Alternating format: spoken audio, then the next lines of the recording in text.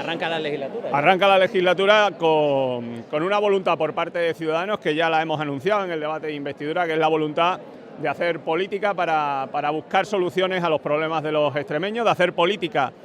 huyendo de la política de bandos, de la política de enfrentamiento, sino de hacer política desde el consenso, desde la búsqueda de soluciones conjuntamente para esos problemas que hoy por hoy tenemos en Extremadura, que son problemas graves, que son problemas muy importantes y que solo se pueden solucionar si estamos todos juntos, porque todos somos necesarios. Ninguno de los diputados, ninguno de los grupos que forman la Asamblea sobra para sumar en las soluciones de nuestros problemas. Queremos hacer una oposición constructiva, vamos a estar en la oposición trabajando y proponiendo iniciativas que tengan como bandera que ningún extremeño más se tenga que marchar de esta tierra porque no tenga oportunidades, y que aquellos que se han ido porque no tenían ocasión de trabajar aquí tengan la oportunidad de volver.